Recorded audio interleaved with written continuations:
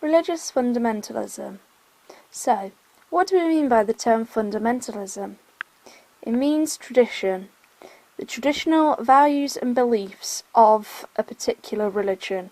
For example, in Christianity, the belief in God and following the Bible as one inerrant text that is not open to questioning.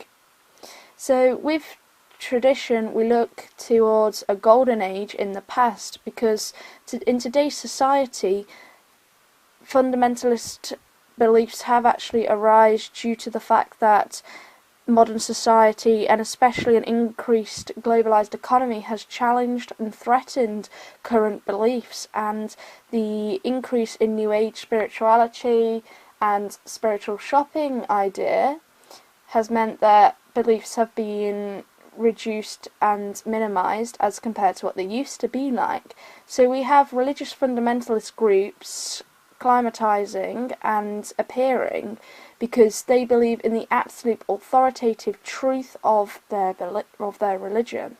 They do not believe in anything other than this, and believe that everything that their sacred text says is inherently true and completely correct. So there are some characteristics of religious fundamentalism, and these consist of an authoritative sacred text, an us and them mentality, the use of modern technology, patriarchy, prophecy and conspiracy theories. So first of all, an authoritative sacred text. This is one characteristic. So people who believe in Christianity, Islam, they have one text, the Bible or the Quran. And now what they see is that everything in that text is completely true, and they don't see anything that can be questioned because it is the truth. It is the monopoly. They hold the monopoly. Now, fundamentalists are intolerant of other people's views, and they refuse to engage in rational argument with them. So if somebody goes against their beliefs, they do not engage in a rational argument with them and accept that, yeah, they can believe that, but no, we need to stick to our actual text beliefs of what the text actually says. But then we have a criticism actually from the sociologist Aldridge, who comes along and says, but no text speaks for itself, because they are in fact interpreting it, and what fundamentalists hold to be true is not the text itself, but their interpretation of the meaning. So the Bible, for example, they interpret that as solely a set of historical facts and prophecies about the future, but they ignore all the other sorts of interpretations of it as poetry, symbolism or a metaphor. Now, fundamentalists have an us and them mentality, so they seek to establish certainty against what they see as social and cultural chaos. So their beliefs are rigid. They have a strong view of this is what my religion says and this is how I will act. The use of modern technology, now they do oppose modern cultures because they see it as corrupted by secularization and liberalism, but however they are actually inclined to use modern technology to express their religious views if they are being challenged. So they may use computers and televangelism to show we have this power and we will fight for what our beliefs are. Additionally, they have patriarchy, and Hawley argues that fundamentalists favour a world where control over women and their social and economic roles is fixed for all time. So women, they believe they should be controlled of their reproductive powers because that is what their religion says. They also believe in prophecy. So they think that the last days will soon be upon us, when the faithful dead will be resurrected and transported to heaven with the faithful living. But this will only happen once the final defeat of Satan has happened in the war of Armageddon. And finally, the last characteristic is conspiracy theories. So fundamentalists are often attracted by conspiracy theories because they see them as evil forces and organisations in control of human destiny. And many hold the belief actually that Jews are conspiring to secure world domination. So next we look at fundamentalism and modernity. So Davy comes along and says, those who hold traditional beliefs are threatened by modernity and feel the need to defend themselves against it. And fundamentalists are themselves products of modernity. They are born out of the clash between modernity and traditional cultures. The sociologist Giddens also argues that fundamentalism is actually a product of and reaction to globalization, which is the increasing interconnectedness between boundaries, countries, so everything's becoming more blurred. And this is what is undermining traditional social norms, which concerns the nuclear family, gender and sexuality. Now, in late modern society, individuals are constantly faced with an option, which means they have choice, highlighting the fact that there is also uncertainty and additionally risk. So attraction of fundamentalism in its rigid beliefs is the certainty it promises in an uncertain world. So therefore they actually retreat to faith-based answers and away from the risks and uncertainty of the world that has become more globalized. So fundamentalist versions of several major religions include Islam, Christianity and Hinduism, and these are the three religions that Giddens identified as being attracted to fundamentalism as a result of globalization. The next concept that we're going to look at is cosmopolitanism. So this is a way of thinking that embraces modernity and is in keeping with today's globalizing world. Now, the interesting thing about cosmopolitanism is that it is open to new ideas and it constantly modifies beliefs in the light of new information. So there's this term called reflexive thinking, which Giddens also suggests. So they justify the view by rational arguments and evidence rather than using a sacred text, because lifestyle is actually seen as a personal choice rather than something prescribed by an external religion. Cosmopolitanism also emphasizes pursuit of personal meaning and self-improvement rather than submission to authority. And from postmodernity, Borman actually says that fundamentalism is a response to living in postmodernity, because some people embrace the new freedom, but others are actually attracted to fundamentalism by its claims of absolute truth and certainty. Castles responds with two categories of resistance identity and project identity. Resistance identity refers to being in retreat into fundamentalist communities, so that you have the absolute truth because there's no uncertainty. If you follow something that has always been there, then there's more clarity. Whereas project identity, the second category, is focusing on forward-looking because the people engage with social movements such as feminism and environmentalism and do not look back on previous tradition. So they follow a project identity as a result of the increasing diversity available to them. However, Beckford has come along and actually criticised Borman, Castles and Giddens to say that actually they distinguish too sharply between cosmopolitanism and fundamentalism, ignoring the hybrid movements. Actually, the argument is that some people fit in between those categories. The ideas are not actually as rigid as the other sociologists are arguing. A second criticism is that they're actually fixed on fundamentalism, ignoring other developments, including how globalization is also affecting non-fundamentalist religions, such as Catholicism. And Giddens also actually lumps types of fundamentalism together, ignoring differences between them. So, Islamic fundamentalism and Christian fundamentalism, they're two completely different religions, but what Giddens argues is that okay, so my examples are that fundamentalists have these views, and that consists of Islam, Christianity and Hinduism. But actually within those religions there are lots of different views. They are not the same. So is Giddens actually being very clear about what he's saying? He is merging them together and he doesn't really notice the important differences that occur between each individual religion. And finally, Giddens' description of fundamentalism as a defensive reaction to modernity ignores the fact that reinventing tradition is also a modern reflexive activity.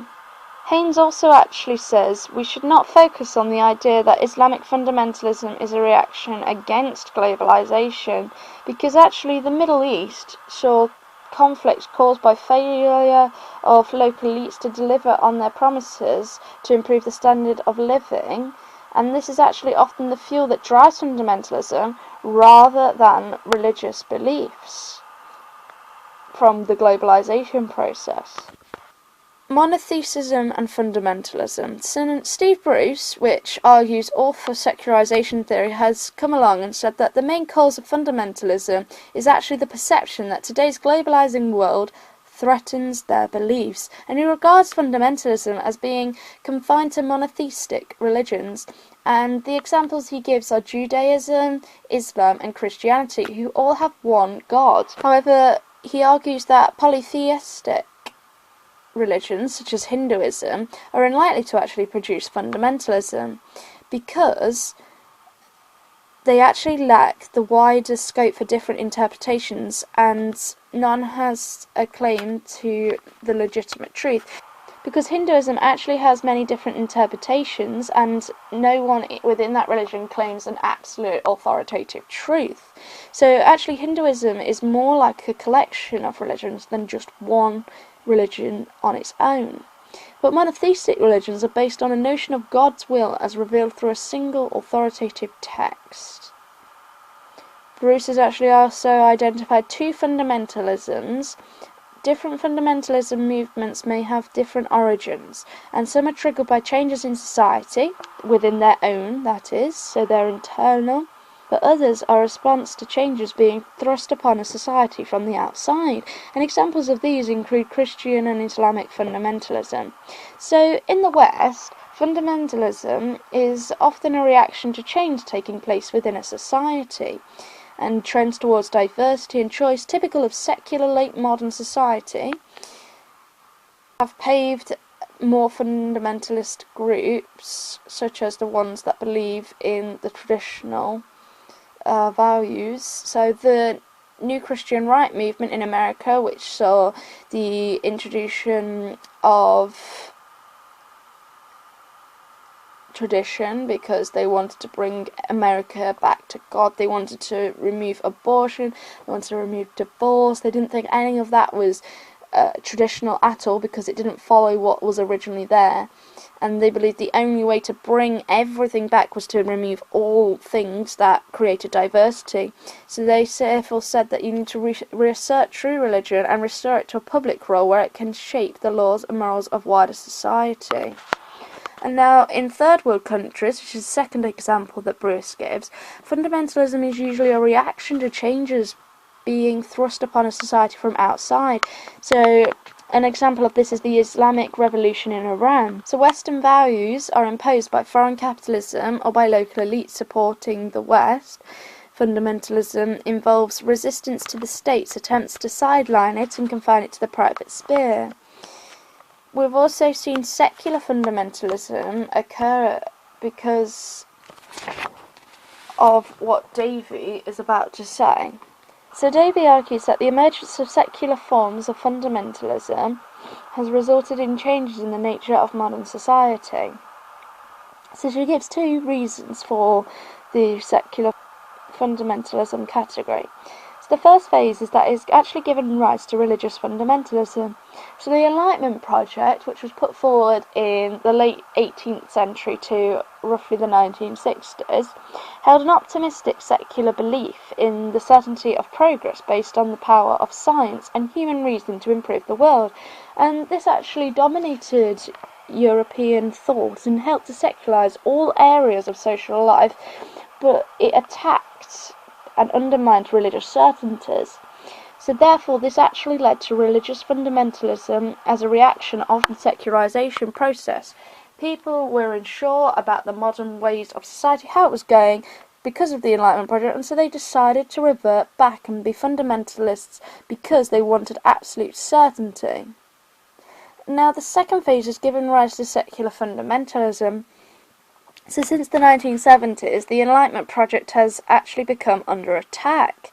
the growing mood of uncertainty caused by globalization and concerns about the environment and the collapse of communism in 1989 actually has seen a loss of faith in major secular Enlightenment ideologies such as liberalism and rationalism and Marxism, because they claim the truth, but the fact is that belief in the progress has actually been undermined.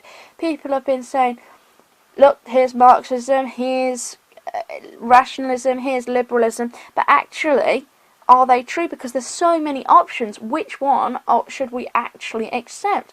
There's no certainty. So actually this led to a rise in secular fundamentalism it has since the 1970s. And what Davey argues is that these ideologies are past their sell-by date, and religion has actually become under attack, and some supporters of the ideologies such as nationalism have actually been attracted to fundamentalism, because even these secular fundamentalist ideas are, as Davey calls, out of date. And also in Western European countries, the perceived changes to liberal secular values have actually provoked a secular fundamentalist reaction.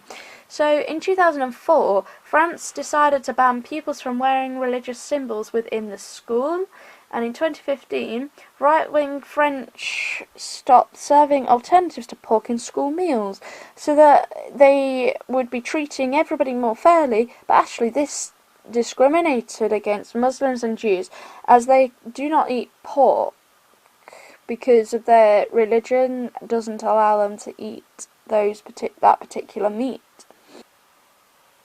Alonso comes along and says that actually we do have a trend in cultural racism, and that uses apparently liberal language, but it also denies racist exclusion of religious and cultural minorities.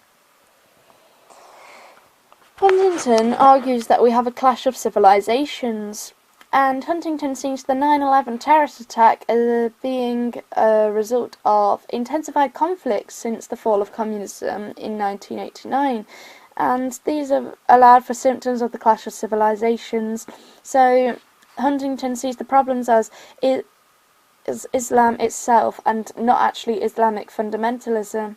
He identifies 7 civilizations which consist of the Western, Islamic, Latin America, Confucian, Japanese, Hindu and Slavic Orthodox, and most civilizations are actually larger than a single nation, and each is closely identified with one of the world's great religions.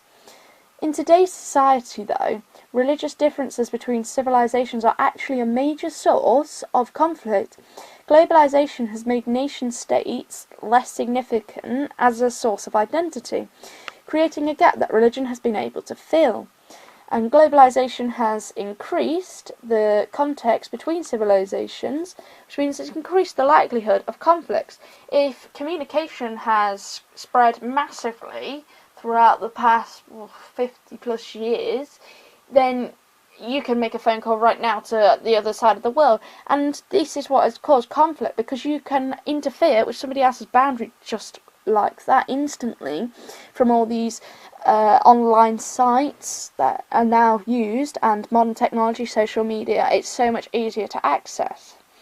Religious differences are creating a set of hostile us and them as well relationships, and this has increased competition between civilizations for economic and military power, and a particular example is the Middle East.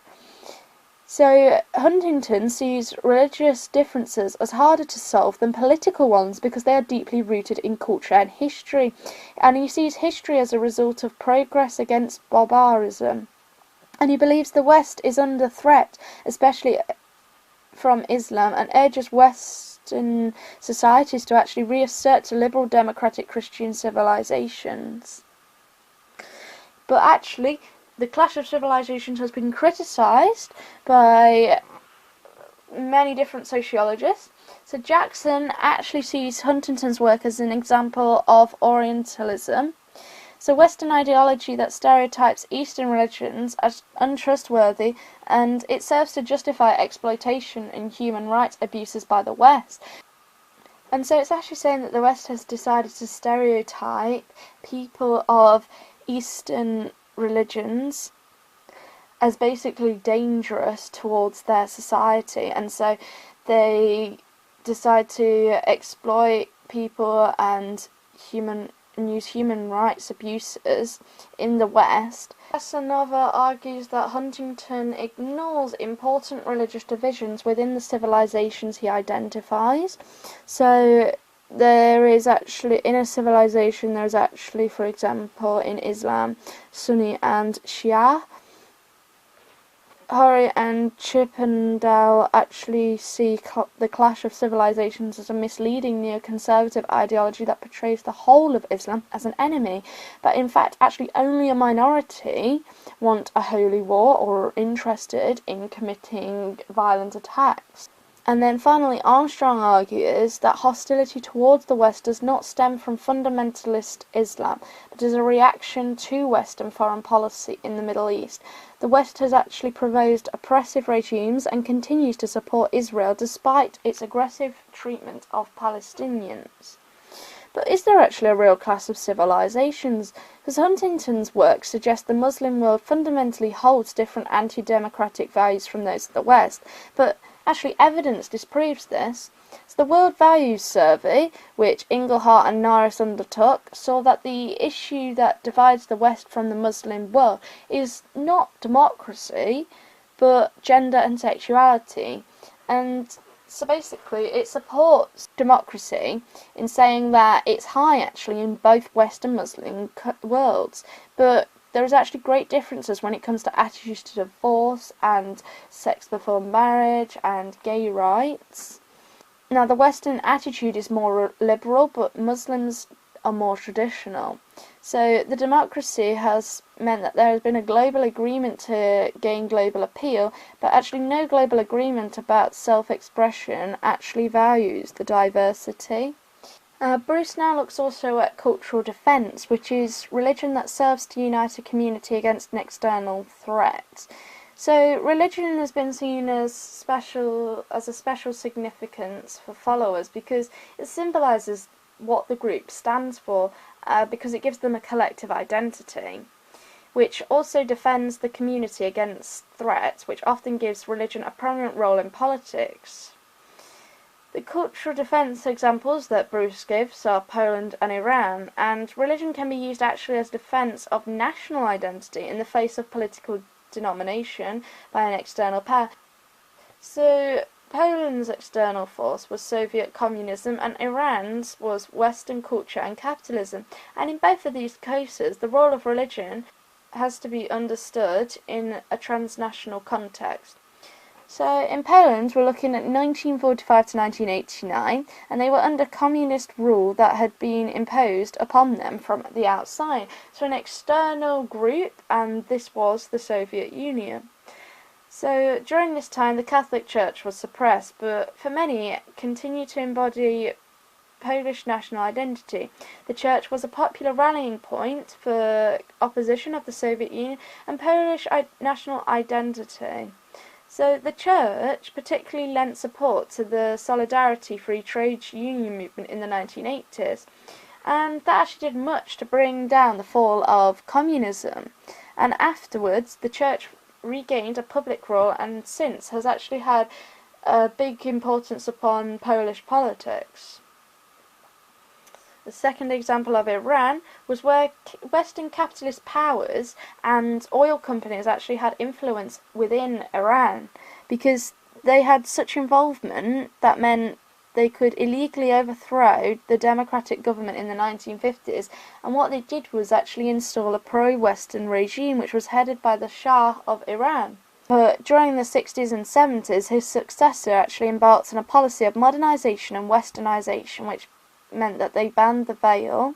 Modernisation meant that the gap widened between the rich and the poor, while protest was ruthlessly suppressed, and change was imposed rapidly, which caused greater suffering.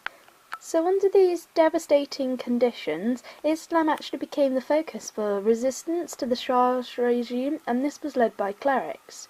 So the revolution in 1979 brought the creation of Islamic Republic, and the clerics held state power, so they were able to impose Islamic Sharia law.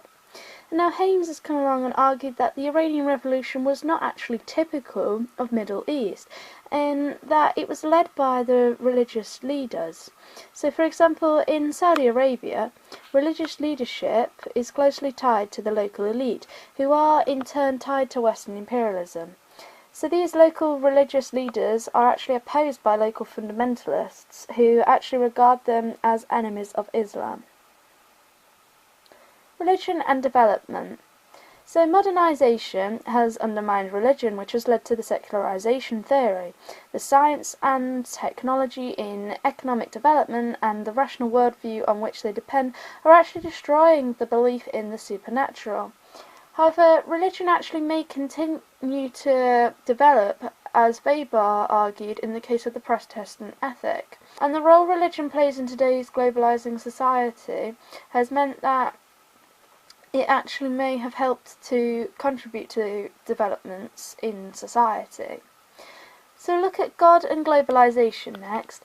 And globalization has actually brought rapid economic growth and has seen India become a more important player on the world political stage. So with rising prosperity in India, it's mainly focused on the middle class and the influence of Hinduism upon them. So 85% of the population follow Hinduism, despite it becoming more globalised throughout society, and this has legitimated, so justified, both the rise of the new Hindu ultra-nationalism and the prosperity of the Indian middle class. So Hinduism and consumerism and globalization has actually created a huge and prosperous scientifically educated urban middle class in India, and they work in IT, pharmaceuticals and biotechnology, which has been closely tied to the global economy. These are the people secularization theory predicts will be the first to abandon religion in favour of a secular worldview. However, Nanda observes that the majority of the class still believe in the supernatural. And from some survey data that was conducted in India, they found that actually India was becoming more religious, with only 5% saying that their religiosity had declined in the last 5 years, and 30% said actually it had increased. So urban educated Indians are actually more religious than their rural illiterate counterparts, and increased interest has been reflected in a growth of religious tourism. So, for example, there has been an increase in the visits to shrines and temples, and it's becoming fashionable to be religious. The middle class are now attracted to what were once low-status village gods and goddesses worshipped by the poor, and this is because they are seen as being more responsive to people's needs than the traditional Hindu great gods. Nanda also examined that what motivates the sophisticated urban middle class to continue to believe in miracles and supernatural beings was that they could gain access from the low-status village gods and goddesses. So Nanda rejects the poverty and existential security as an explanation, because actually middle class people aren't poor, so that can't be a result of people going towards religion because they are poor, because the main majority of people that are accessing it in India are actually middle class. And Nanda also rejects the idea that religiosity is a defensive reaction to the modernisation and westernisation imposed upon India, because Indian middle class people are actually optimistic about the opportunities globalisation brings them. Instead, Nanda actually argues that their increasing religiosity is the result of their ambivalence, that is mixed feelings, about their newfound wealth. This stems from the Hindu belief in renunciation of materialism and worldly desires and new prosperity of the middle class. And this has been resolved by modern holy men and the telegurus to whom they turn to, because they preach the manifestation of divinity that motivates people to do things, and as a result they give a business-friendly version of Hinduism which takes the edge off guilt by teaching the middle class that consumerism can be spiritually balanced, and this is often imposed upon extravagant rituals, and these serve as a way of displaying one's wealth. And these modern versions of Hinduism have therefore legitimated the position of the middle class, which has allowed them to adjust to globalised consumer capitalism. Hinduism ultra-nationalism. So the Pew Global Attitude Survey, which was conducted within India, found that 93% of Indians agreed with the statement that our people are not perfect, but our culture is superior to others. And this was found that to be the highest country that had that percentage of 93%.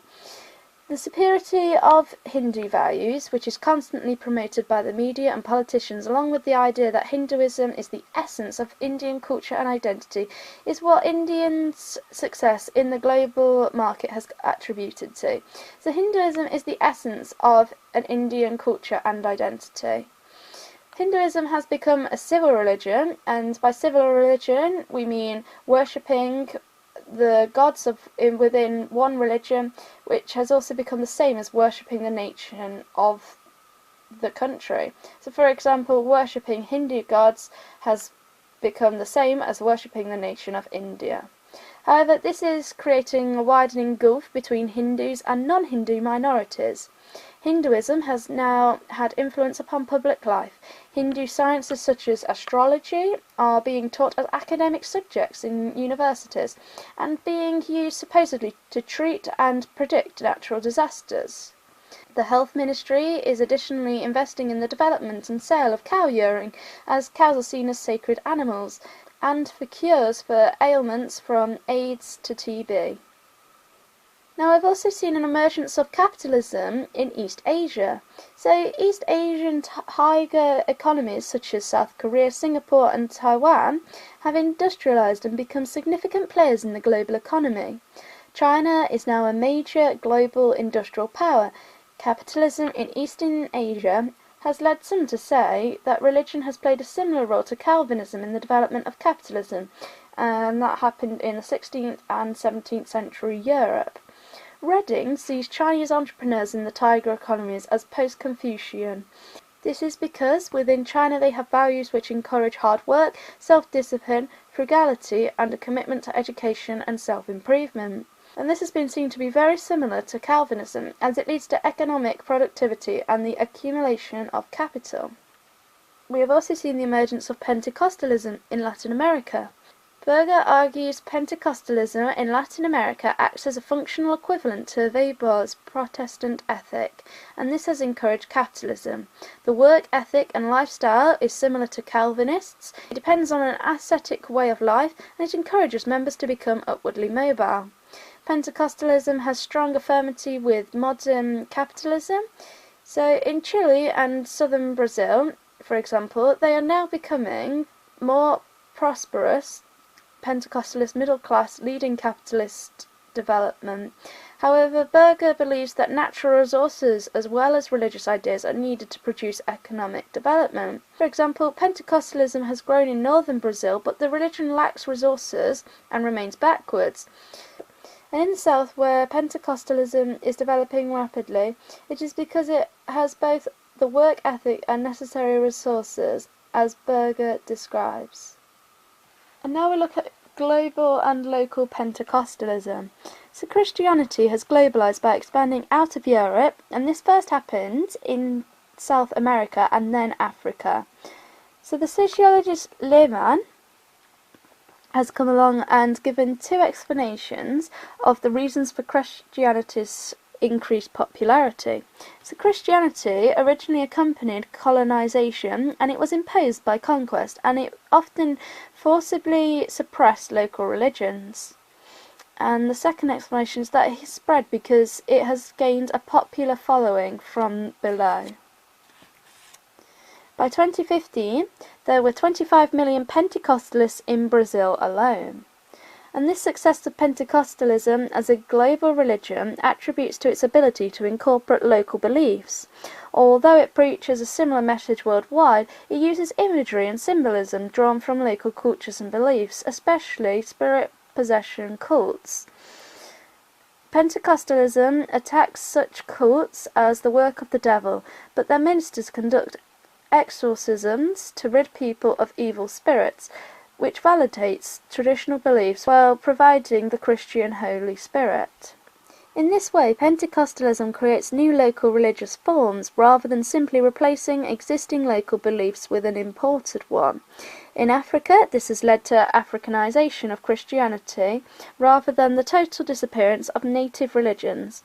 Due to its ability to adapt to local customs and establish local identity for itself, Pentecostalism shows considerable diversity in different parts of the world.